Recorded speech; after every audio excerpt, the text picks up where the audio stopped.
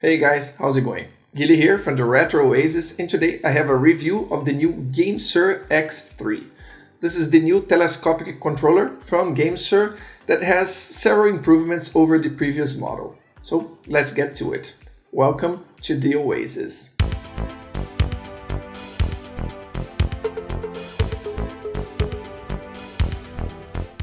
Well, let's start with the unboxing. It comes like that. Instead of the GameSir X2 that came in an actual box, this one comes just with the case and this little packing in the front. It actually came wrapped in plastic, but I removed it to make it easier.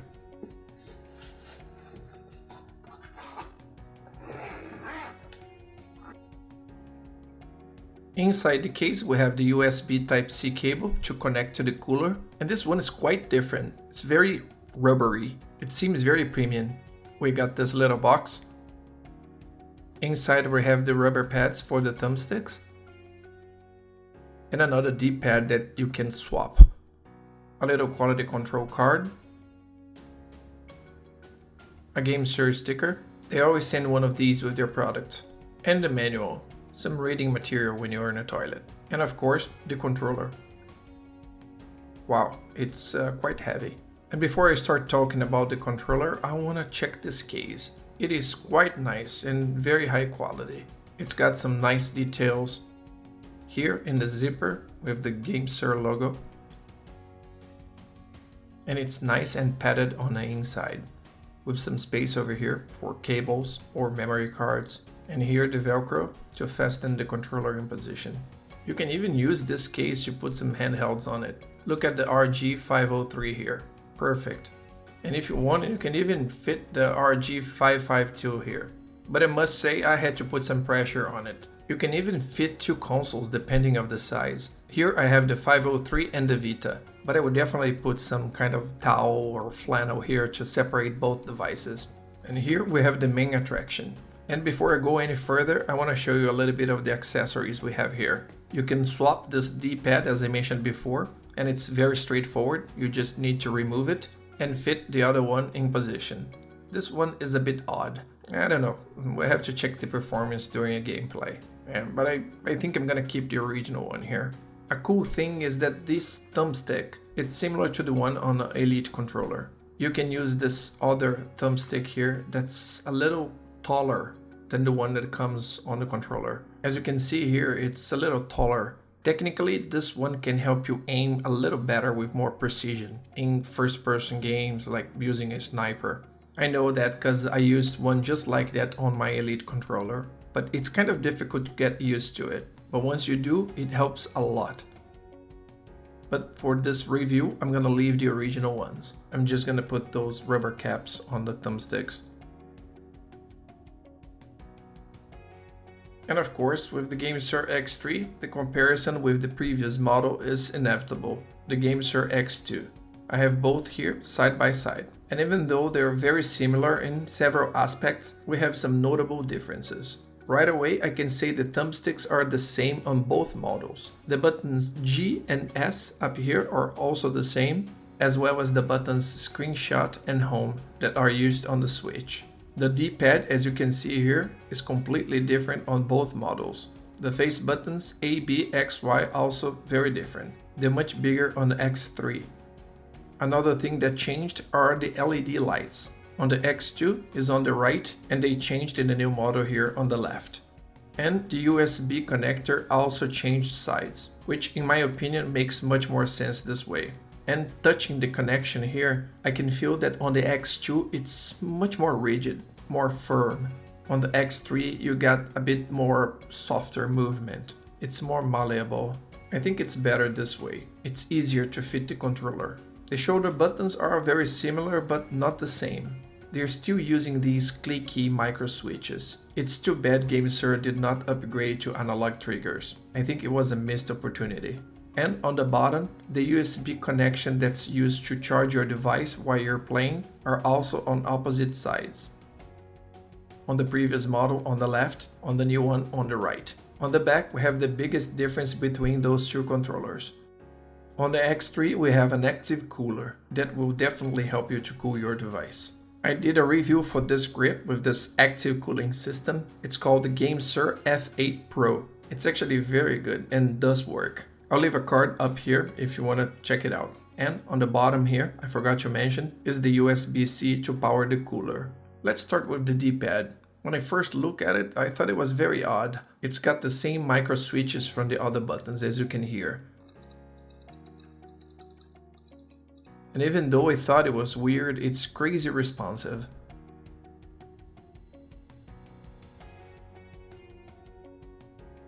For the size, it's got 21.9 millimeters. The GameSir X2 is smaller with 19.9 millimeters. For you to have an idea, the one used on embryonic devices is a hair smaller with 21.8 millimeters. And the AYN Odin, that has the same D-pad of the PS Vita, is the smaller of them all, with 19.4 millimeters. So 21.9 millimeters is within the range of other handheld consoles and controllers. One thing I noticed is how tall it is. It stays quite high above the body, and it doesn't have a lot of travel distance. When you press it, it moves just a little. But in general, considering this unorthodox design, it's very responsive. Moving to the thumbsticks, they have 16 millimeters. That's exactly the same size of the GameSir X2. The thumbstick used on embryonic devices that are the same of the Nintendo Switch is a little smaller, with 14.5 millimeters. The AYN Odin is even smaller, with 13.2 millimeters. I normally prefer big thumbsticks because I have big thumbs. They have good range, rotation wise, which I think is very good. I think you get more precision when you're moving a character. And they are clickable with L3 and R3 function. These buttons up here, that would be select and start, but in this case G and S from GameSir, and the screenshot and home button are identical and clicky, so I'm not gonna spend too much time here. The face buttons here, they have the same micro switches used on the D-pad and on the shoulder buttons. They are bigger than the previous model with 8.3 millimeters. On the GameSir X2, they are 6.9 millimeters. On the AYN Odin, they are a bit bigger than on the X2 with 7.5 millimeters. They're also smaller on the Embryonic 503 with 7.8 millimeters. I think they have a good size. I like buttons like that. But I think maybe they should be a bit smaller here. I think this size with the start button, there's too much going on here. I don't think it's a problem. Maybe it's just me being picky. I think it would just fit more naturally if they were a little bit smaller. And we have the same problem from the previous model. When I press the A button, my sausage fingers always hit the thumbstick. And like I mentioned, since they use these micro switches, they make a very characteristic sound. They have a very short travel distance, and when you press them, they stick a little bit out of the body. And like in the previous model, this inside area here is all rubbery to keep your cell phone in place, and of course not scratch it. But this time we have this middle area here that's gonna be used on active cooling system. Moving to the shoulder buttons, there's not much to tell about them. They use the same micro switch technology, and the travel distance here is also very short, and that's good for a faster response. The LT and RT have a longer travel distance, and as I mentioned before, unfortunately, they are not analog.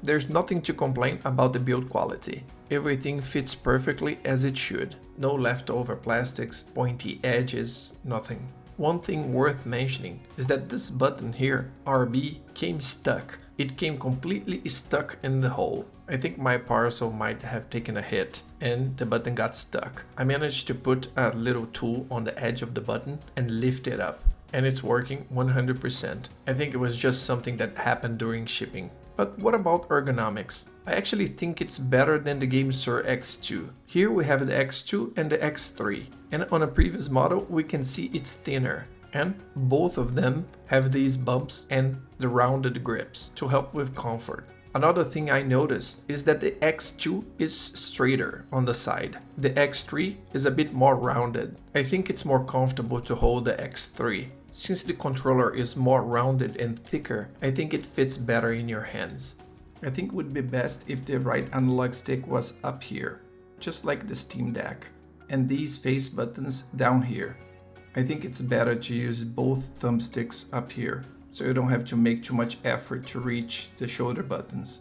But that's how it is. And being a telescopic controller with several people with different smartphones, a lot of them would like to know the maximum size for a smartphone to fit here. It's about 18 centimeters, a little bit over 7 inches. So if your smartphone is 18 centimeters high or less, it will fit just fine here. About the size, we have here side by side with the GameSir X2, and they're pretty much the same size.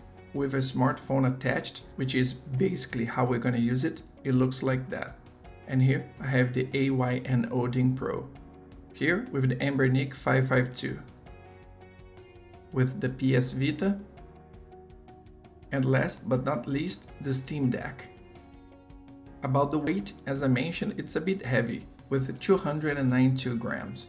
The previous model is a lot lighter with 169 grams. Adding the Red Magic 7 to it, it's a lot heavier with 518 grams, a little bit over half a kilo.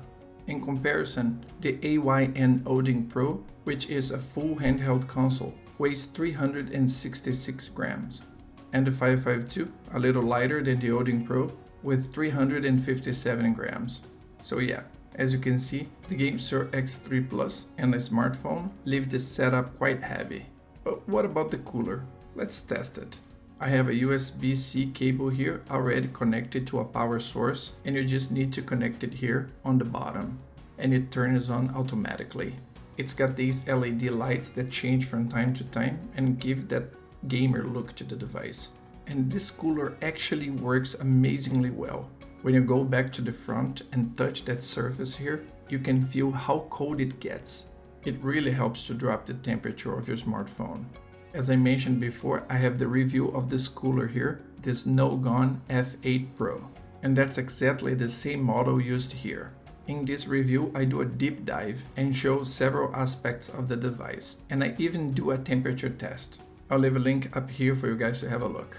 And since it's on, I'm gonna show you the noise it makes.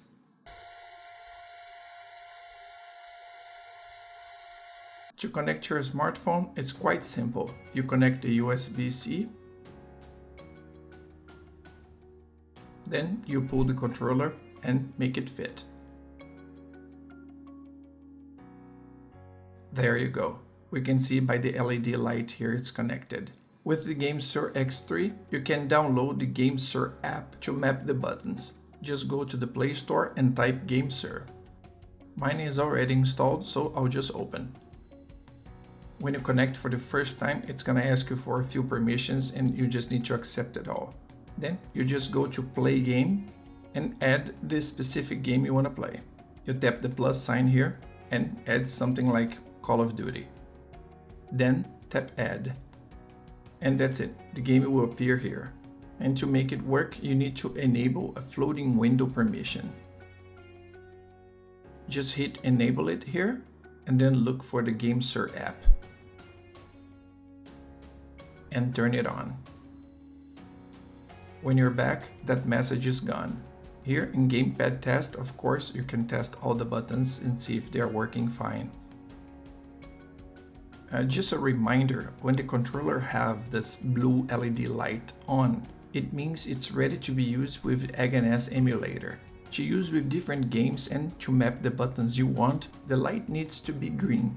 To do that, you need to press the G button and the home button at the same time and hold for a while.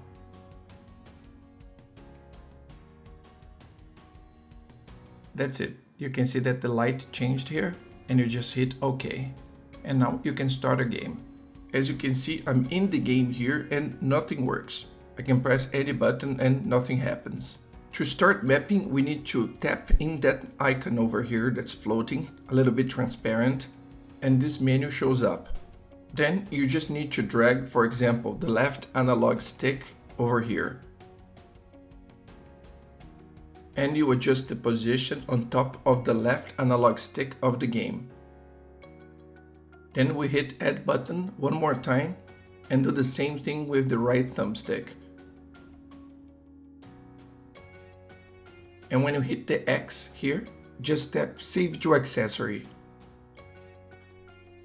Now, when you move the right thumbstick, it's not going to be very smooth because you need to adjust something in settings first.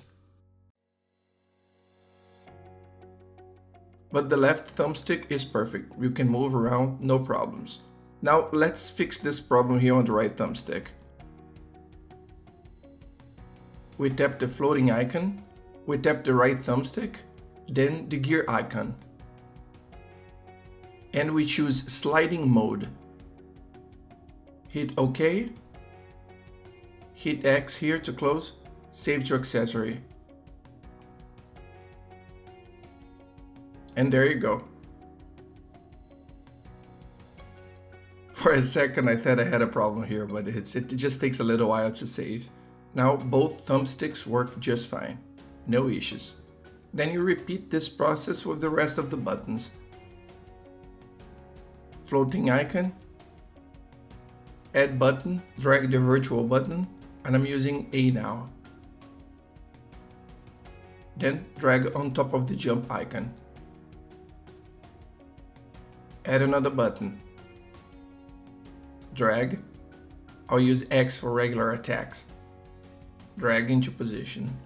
After everything is done, hit close, save to accessory. Config saved. You wait a few seconds. Now we can move around, jump, row, regular attacks, and special attack. And that's it. You can play any Android game now configured, mapped with the GameSir X3.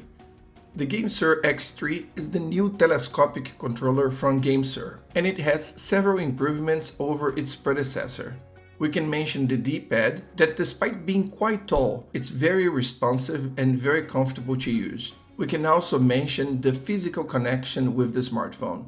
Now it's not so rigid and easier to connect. I also see improvements with the ergonomics being more rounded. It fits more naturally in your hand. Not to mention the active cooling system. It really works and actually drops the temperature of your device. A few things could have been better. One of them is the addition of analog triggers on LT and RT buttons. I think it was a missed opportunity. I also think an internal battery would have been great. This way, you wouldn't need a power bank or to be close to an outlet when you decide to use the active cooling.